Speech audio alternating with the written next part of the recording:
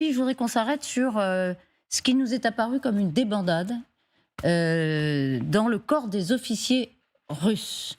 Jade Partouche, vous nous rejoignez. On a noté des défections en série. Et des défections, là on a parlé des désertions, là on parle de défections, c'est-à-dire des officiers qui ouvertement vont vers l'ennemi. De qui s'agit-il? Alors, le dernier en date, vous allez découvrir son visage, c'est lui. Ces images-là que vous voyez, elles datent d'il y a 2 jours. Alors, lui s'appelle Danil Alfiorov. Il s'est enfui de Russie avec 11 de ses camarades. Il collabore avec les services de renseignement ukrainiens depuis le mois de juin. Et il s'est exprimé dimanche. Je vous laisse l'écouter. Le témoignage est extrêmement rare. Écoutez. Au départ, nous devions quitter l'île en bateau. Mais ils ont été détruits, donc nous avons dû traverser le marais. Notre unité est constituée d'équipes d'assaut, composées elles-mêmes de condamnés. En tant qu'officier, j'avais vraiment l'impression d'être un sergent. Plus nous avions de blessés, plus le moral des troupes baissait. Dans l'unité, nous avions des migrants. Ils espéraient déserter. Pour tenter d'améliorer la situation, le commandant de bataillon a créé une soi-disant unité chargée de capturer les contestataires. Ils étaient jetés dans des fosses ou attachés aux arbres. J'étais le seul officier d'état-major à comprendre quelque chose en stratégie militaire. J'ai réussi à évacuer 3 groupes, soit un total de 11 personnes. Alors à ce sujet, les forces ukrainiennes communiquent ainsi. Lorsque la vie d'Alfiorov a été menacée, en l'occurrence les forces russes ont fait savoir qu'il cherchait à tuer justement le lieutenant, eh bien l'Ukraine a mené une opération spéciale pour son retrait. Une façon là en fait d'inciter les soldats russes à la reddition, et force est de constater que la liste s'allonge parce qu'avant Danil Alfiorov, il y avait déjà 4 cas connus de capitaines ou de lieutenants qui se sont rendus. Pour vous citer leurs noms: le capitaine Kousminov, le lieutenant Gavrichenko, le lieutenant Vassilev et le lieutenant Michov. Pour le premier, le capitaine Kousminov, ça a été assez spectaculaire. On en avait parlé, il a fait défection en août. Il avait quitté la Russie avec son hélicoptère. Il s'était rendu en Ukraine. Les forces ukrainiennes avaient d'ailleurs très largement communiqué à ce sujet. Les images que vous allez voir, par exemple, c'est un documentaire qui a été tourné justement pour communiquer là-dessus. Pour info, la Rada, donc le Parlement ukrainien, a même voté une loi qui permet de donner des primes aux soldats russes qui s'échapperaient de Russie avec du matériel. Le second, c'est le lieutenant Gavrichenko qui a fait défection, lui, le mois dernier, donc en septembre. Il a profité de vacances en famille aux Émirats arabes unis pour se rendre à l'ambassade américaine et proposer ses services. Selon le Pentagone, il aurait déclaré qu'il refusait de se battre et qu'il s'était dit prêt à coopérer. Le troisième, Anton Vassilev, qui aurait, encore une fois selon les informations du Pentagone, inspiré le précédent.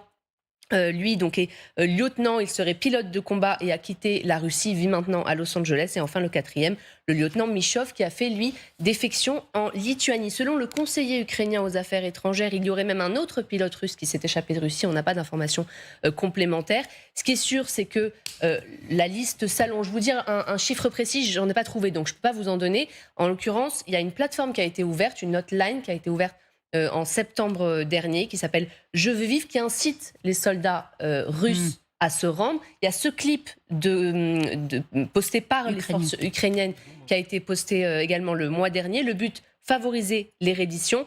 Selon les autorités ukrainiennes, bien sûr, à vérifier, chaque reddition entraînerait un boom d'appels sur justement cette hotline. Et il y avait d'ailleurs eu un boom, avaient dit les Ukrainiens, après la défection du pilote en hélicoptère. Il faut ajouter, parce que c'est important, c'est que le GUR, l'unité russe, a dit avoir été chargé de tuer, d'assassiner Kousminov pour sa trahison. Ils le font savoir très bruyamment. Il va y avoir une chasse à la défection. Une défection chez des officiers. Je vous demandais tout à l'heure, alors c'est une question un peu vaste, mais qu'est-ce qui pousse à la défection, un officier ? Un officier comme n'importe quel soldat, au passage, mais on se bat parce que, au moins d'abord parce qu'on se bat, on prend des risques, le risque de mourir, le risque également de tuer, ce qui n'est pas naturel non plus, parce que d'abord il faut une bonne raison. La défense de la patrie, c'est une bonne raison. Je ne suis pas sûr que parmi les prisonniers dont il était question tout à l'heure, le bataillon de prisonniers, ils soient forcément super motivés, ce soit leur motivation première.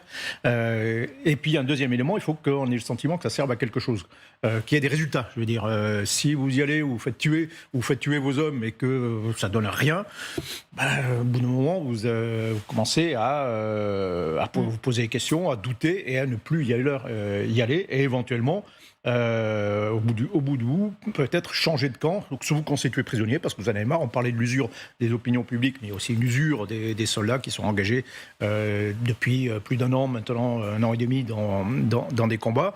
Maintenant, ce qui est important, c'est de voir, ce qu'on voit, c'est que, d'abord, ça reste quand même assez marginal. Vous avez quelques officiers de rang, des lieutenants, des capitaines, c'est pas des généraux. Quand vous commencerez à avoir des généraux qui passent à l'ouest, parce que ça revient un peu à ça, c'est sensiblement le même phénomène.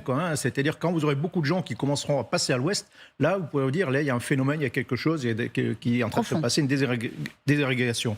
Et comme à l'époque de la guerre froide, vous constatez qu'il n'y en a pas beaucoup qui passent à l'est. Inversement, on n'entend pas parler d'Ukrainiens qui ont fait des défections. Il y a eu des complices, il y a eu des complicités au début de la guerre qui ont facilité les opérations russes. Ça, c'était prévu, des gens infiltrés. Mais actuellement, non. Cette désagrégation, elle a lieu plutôt du côté russe. Mais j'y reviens, pour l'instant, ça tient. Ça fait depuis le début de la guerre qu'on se pose des questions sur le moral de l'armée russe, où on entend des déclarations de gens qui disent voilà, ça va pas, c'est pas possible, on n'en peut plus, etc. Et puis, en fait, ça tient quand même malgré tout, toujours.